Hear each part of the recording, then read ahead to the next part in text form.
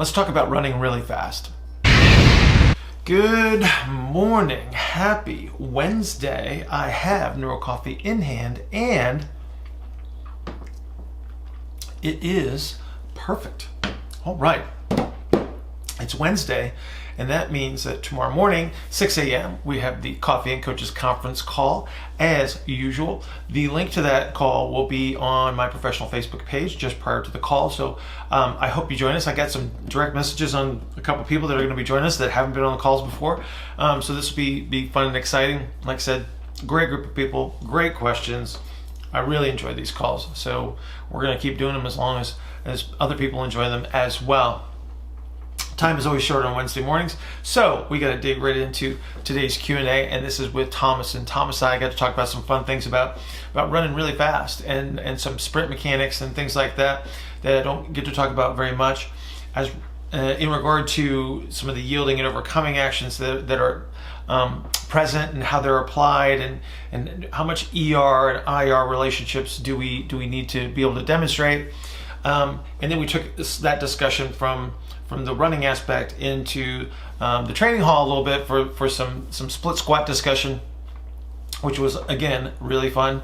And so I had a great time with this call. We went a little bit long. It was one of those last calls of the day when I was just kind of digging the conversation. So hope you guys enjoy this as well. If you have any questions and you would like to participate in a 15-minute consultation, go to askbillhartman@gmail.com, askbillhartman@gmail.com, and send me your question. And don't forget to put in the subject line, 15-minute consultation, so I don't delete it.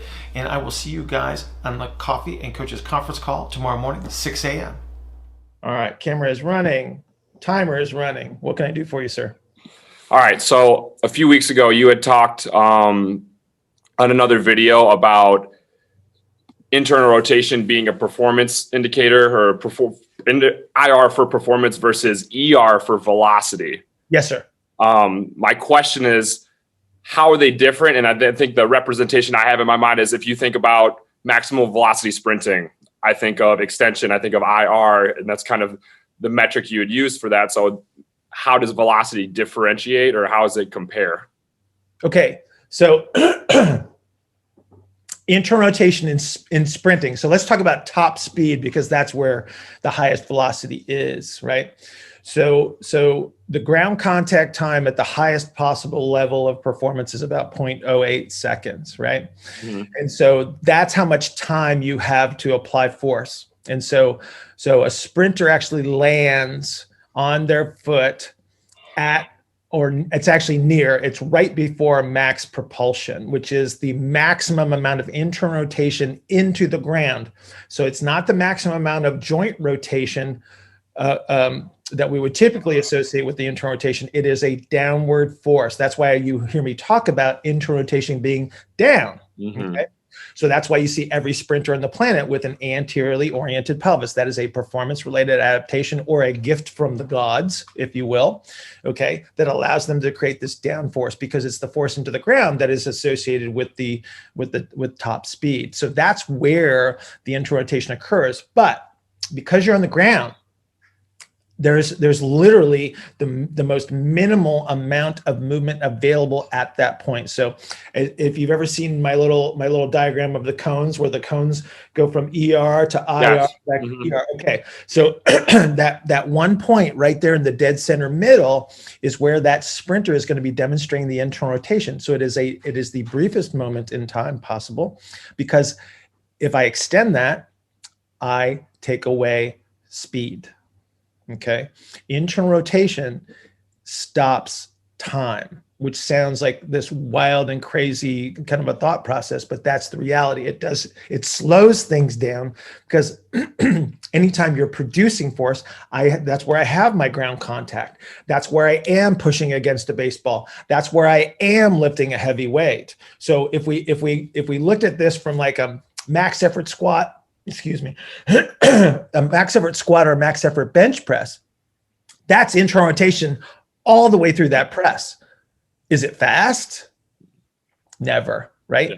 And so when we're talking about things that are high velocity, I cannot produce velocity with high tension at the same time. I can produce the force that will allow me to demonstrate the velocity, but I have to have expansion to allow the velocity to be demonstrated. So, and once again, we can talk about sprinting because that's what you mentioned. So when you see the legs cycling through space, that's not internal rotation. Right. That's external rotation, correct? Absolutely it is. Absolutely it is. And again, we're not talking about maximums or anything like that. It's within a range, obviously. But again, for me to cycle my legs as fast as I do, right? And again, they're flying through the air. There's no ground contact. So what the heck am I pushing against? Nothing. Nothing, right? So again, that's an ER bias that allows me to move quickly. So a baseball pitcher that is throwing a baseball at 95 miles an hour has this one tiny little moment during his lead foot ground contact time where he produces the maximum force into the ground. And then everything else is external rotation where he demonstrates the velocity. Because again, if I extend the duration at which I'm applying force, it's really slow. And again, it's like all you got to do is look at the representation of max effort strength training versus something that's really, really high velocity. And now you kind of know why that there's this very weak relationship between high speed activities and then high force producing activities, right? Like making someone gym stronger does not necessarily translate to higher velocity activity. So then if it's ER, then is that what you would go after then is ER? If you're training with a sprinter, it's like if their ER field is bigger and that moment of ground contact is just that singular IR moment, do you start to go then chase ER? Well, you need to maintain ER within a certain range. So this is you training someone and getting to know them, and you say, I need to have this much of this and this much of this. So I have had the benefit of actually doing an assessment on a world record holder in the 4x4. He was on the 4x4 team. And if you measure his hip internal rotation, based on this discussion, you say, oh, he probably has a lot of internal rotation. He has almost none. Okay. At the hip, where they get it is it's associated with their orientation to create the force into the ground. So again, they don't have time to demonstrate a lot of internal rotation at the hip. So if they had a lot of internal rotation at the hip, they would actually be dampening the force, because again, they extended the time that internal rotation occurs. So they want very little internal rotation at the hip, and they use it, they orient the axial skeleton so it points downward. That's where internal rotation occurs. And so again, we're talking about performance here. We're not talking about health. We're not talking about relative motion. We're talking about high levels of performance. And so again, this is why we have to look at internal rotation differently. Everybody wants to look at it as joint excursion, and I'm talking about it's a down force. It is force into the ground. It's like, how do I produce that to the best of my ability? I orient as much as I can into that position, and then I limit the excursion because, again, I want that time frame to be infinitesimally small, because the longer I'm on the ground, the slower I am. You see it? So is that why you get this incredibly late propulsive foot that's almost as completely fat? Because that's their IR, is the hips come forward and then the foot on the IR? Yeah, it's max P. It's max P. So where maximum propulsion takes place in the foot is the heel has broken from the ground, but the forefoot is still in its orientation into internal rotation. So there's this massive twist through the foot that creates a rate change in the way that the connective tissues are loaded. So when the foot hits the ground in sprinting, there has to be a yield. Okay, so you run on connective tissues. You don't run on muscles. Okay. That's the one thing that you have to kind of grasp, and that's a toughie for a lot of people, because everybody associates all this muscle stuff. But the reality is like you're bouncing across the ground, and you're using the connective tissues to do so. So I have to land. So if you think about walking's really slow compared to top speed sprinting, of course. And so the way that we land on the ground, the foot is ahead of the tibia. So that early propulsive, right? So to get the connective tissue behaviors that I need for top speed sprinting, I have to land in a similar relationship. So the foot is the slightest bit ahead of the tibia when it strikes the ground. So it's right before max P, right? So I hit the ground, and then that relationship that causes, like if this is the foot hitting the ground and this is the tibia, it goes whoop, like that. It's really, really fast, okay? Because the bones store energy like crazy. They're really stiff, but it takes a tremendous amount of force to deform them. But if you deform them, they release a ton of energy, right? And so we're using bone, connective tissue, etc., to create this strategy. So I land in like just like right before max P, I hit max P, and that creates a massive release of energy through the connective tissues. See that? Okay. So okay. Then, and that's internal rotation. It is maximum internal rotation. Again, we have to look at this thing distributed through the entire movement system. We can't just say hip internal rotation. We have to say internal rotation, because anterior orientation is internal rotation. Forward head is internal rotation. Thorax tilted forward is internal rotation. You see it? Yes. Yes, I see it. Thank you.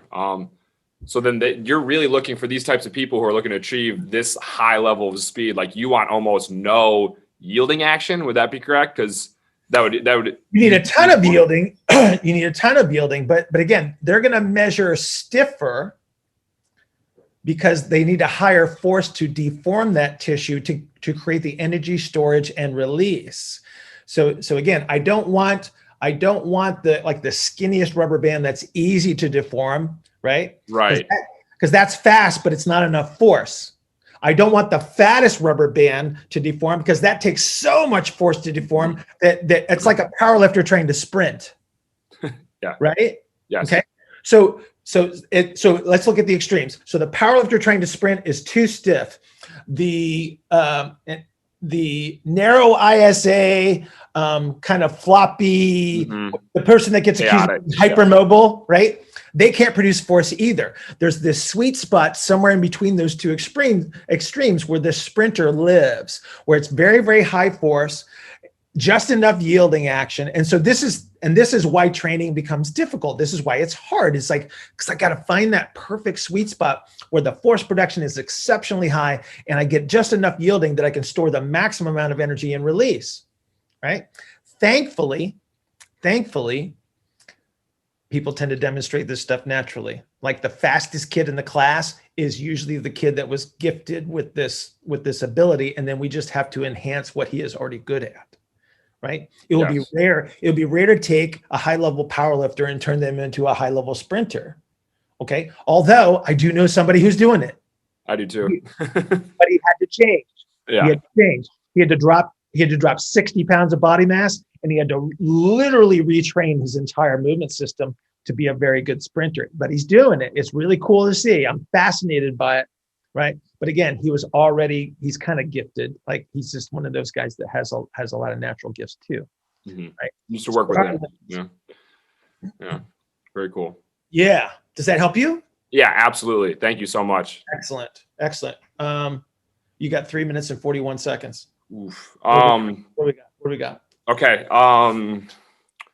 So then talk to me, go back to the kind of the overcoming and the yielding.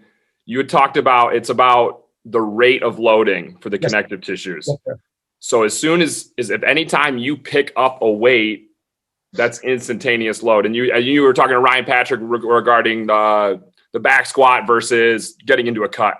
And so like, I see how that works with the instantaneous loading. So then anytime you do a load, are you creating a overcoming action or yielding action? I'm kind of confused at how that works. The confusion lies in the degree. Okay.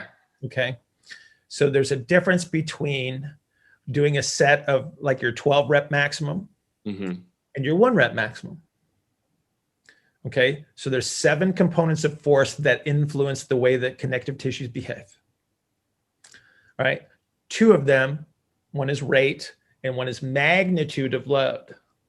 All right. And so both have an influence. So the bigger the load. So again, like think max effort squat, that's a ton of weight.